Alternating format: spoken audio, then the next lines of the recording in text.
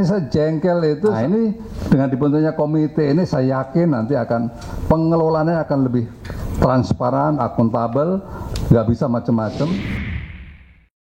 Saya masih bersama mantan Menteri Perencanaan Pembangunan Nasional, Kepala Bappenas yang menulis buku Gagalnya Pembangunan, Membaca Ulang Keruntuhan Orde Baru, Bapak Andrinov Caniago.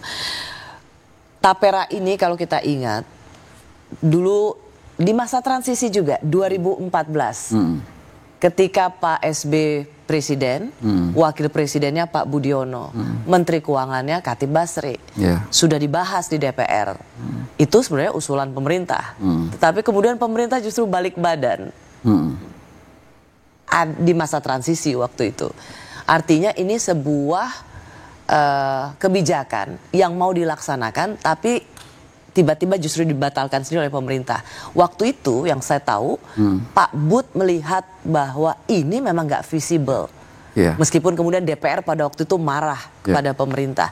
Nah kalau ini mau dilanjutkan lagi di masa transisi di era Pak Jokowi yang sebentar lagi akan berakhir, apa yang lebih sempurna dibandingkan taperanya Pak SB, Pak Budiono di 2014 lalu? Ya ini kan sama saja dengan kebijakan-kebijakan yang pernah ada, yaitu yang menggunakan instrumen keuangan atau instrumen pembiayaan ya untuk kebijakan perumahan. Dan dalam sejarahnya ini tidak pernah efektif ya, karena masalah perumahan itu bukan di situ. Ya bukan soal pembiayaan tok ya, bahwa bagi masyarakat atau konsumen ya soal pembiayaan, tetapi sumber atau masalah utamanya itu bukan diatasi dengan cara subsidi, dengan mengumpulkan dana, bukan juga dengan bunga 0%, bukan juga. Kenapa nggak bisa Pak Andrinov? Sebab utamanya itu masalah perumahan ini adalah harga rumah oleh masyarakat berpenghasilan rendah itu tumbuh lebih tinggi dari pertumbuhan penghasilan masyarakat berpenghasilan rendah. Ya. Nah, sebentar, pelan-pelan. Sebentar. Ya, apa? Kalau terkumpul uang yang dari tabungan 2,5% itu, ya, itu pun tidak akan cukup untuk bayar DP atau untuk beli rumah di. Jadi yang ingin Pak Andrinov katakan adalah pertambahan atau pertumbuhan gaji untuk iuran itu tidak akan cukup dengan pertambahan atau kenaikan nilai rumah, harga rumah. Jadi berapapun yang akan diiurkan atau tabungan warga itu nggak akan mampu melunasi DP rumah, gitu kan? Apalagi kalau uangnya muter dulu, dikumpulin, nanti kemudian dipilih proyeknya di mana, gitu kan? Sementara ini uang dipungut dari semua ASN, plus lagi kalau ini jadi ya dari semua pegawai swasta, gitu. Jadi ketika di 2014, 10 tahun lalu, juga ini mendekat-dekat masa transisi waktu itu, pemerintahan SBY Pak Budiono membatalkan pelaksanaan tapera ini. Dan kemudian ini mau dilanjutkan lagi, sebenarnya tidak ada yang baru ya. Kan logikanya berpikir bahwa ini ada penyempurnaan dari apa yang dilakukan di zaman Pak SBY. Nggak ada, kan sama aja. Ngumpulin uang dari iuran atau pungutan, ya. Kemudian nanti uangnya di pool, ya, lalu digunakan untuk membiayai kebijakan yang ini pasti tidak akan berhasil. Sudah terbukti tidak berhasil. Ya. Meskipun filosofinya kan bagus, Pak Andrinov, ini gotong royong supaya yang mampu bisa memberikan juga tabungannya supaya masyarakat berpenghasilan rendah bisa punya rumah. Kalau gotong royong kan gini, uang yang dikumpulkan langsung diakses oleh yang mengumpulkan, yang menyetor, ya. Nah, itu bisa dipraktekkan di per komunitas. Jadi satu komunitas ngumpulin uang, ya, lalu bangun rumah, ya, sama-sama, lalu kemudian baru nanti gunakan entah itu pinjaman murah dan lain-lainnya, ya, langsung. Tapi kalau ini kan dikumpulkan oleh negara, oleh pemerintah. Nah nanti mau dibaginya seperti apa? Apakah dibikin dalam bentuk proyek di kota-kota tertentu? Nah sementara yang membayar itu kan seluruh karyawan, seluruh pegawai, gitu. Dan saya rasa karena itulah dulu ya, dengan tinjauan secara kelembagaan ini tidak layak. Ini tidak layak. Biayanya mungkin jadi besar daripada manfaat.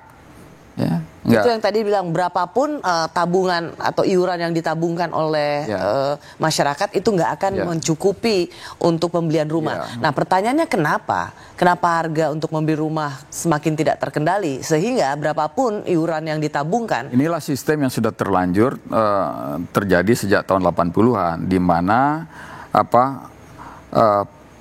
kontrol pemerintah itu makin melemah terhadap penguasaan lahan. Karena kunci dari pengadaan rumah itu adalah penguasaan tanah. Itu yang dipraktekkan di negara-negara lain. Ketika tanah tidak dikuasai, khususnya tanah untuk perumahan yang tidak dikuasai oleh negara, maka harganya akan ikut mekanisme pasar. Sementara pasar ini kan terdistorsi oleh pelaku-pelaku bisnis besar. Nah itulah yang kemudian menggerek terus harga rumah itu naik, sementara pertumbuhan pendapatan masyarakat bawah itu nggak seimbang, nggak makin tidak terkejar. Karena itulah terjadi backlog sampai 13 juta gitu. Itulah harga yang harus dibayar ketika negara tidak menguasai lahan untuk perumahan rakyat. Maka solusinya sekarang bagaimana caranya negara itu menguasai lahan-lahan yang dibutuhkan atau menyediakan lahan-lahan yang dibutuhkan untuk pembangunan perumahan. Ya, itu kan ada yang sudah di tangan negara, misalnya milik BUMN, milik BUMD, kemudian itu arah dari bank tanah. Ini bank tanah ini bukan buat nabung, tapi menyiapkan tanah yang nanti diperkirakan akan menjadi kawasan perumahan untuk perumahan rakyat. Oke. Nah, arahnya lebih baik ke situ. Hari Kamis ini, Pak Andrinov, tanggal 6 Juni ini baru sekali rasanya dari begitu banyak isu antara pelaku bisnis dan tenaga kerja. Kali ini pelaku bisnis, pengusaha dan buruh itu bersatu, sama-sama menolak tapera. Yeah. Ini isu yang menyatukan pengusaha dan buruh.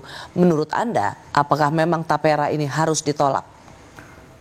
Menurut saya kalau sesuatu yang tidak visible, tidak direncanakan dengan baik, lebih baik ditunda atau memang ditolak. Kalau sudah terbukti tidak visible, lebih baik dibatalkan, dicabut.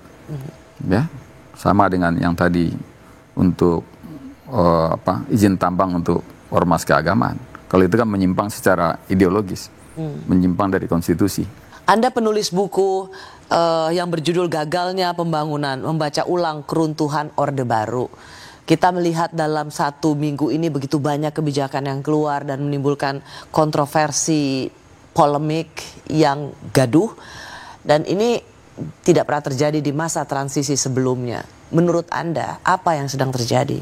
Dugaan saya makin kosongnya peran think tank di sekitar presiden.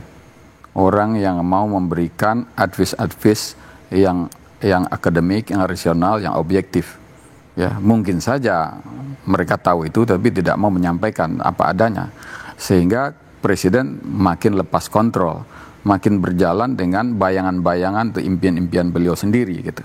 Nah, padahal ini kan tidak baik.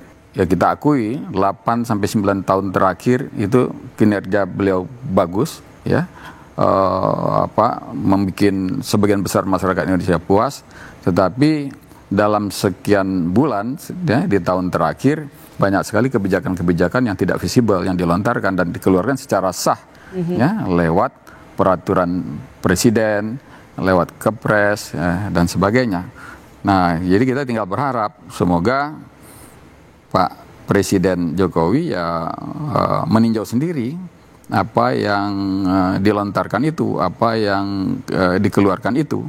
Jangan terlalu terpengaruh oleh orang-orang tertentu yang ya tidak mau bicara apa adanya, tetapi punya interest tertentu, ya, atau mungkin dalam rangka ya untuk tujuan-tujuan sempit, pragmatis dan oportunis. Baik, terima kasih Bapak Andrinov Caniago. Sama-sama, Boris. Terima kasih sudah menyaksikan Rosi. Saya Rosiana Silalahi. Sampai jumpa Kamis depan. Tetaplah di Kompas TV, independen, terpercaya.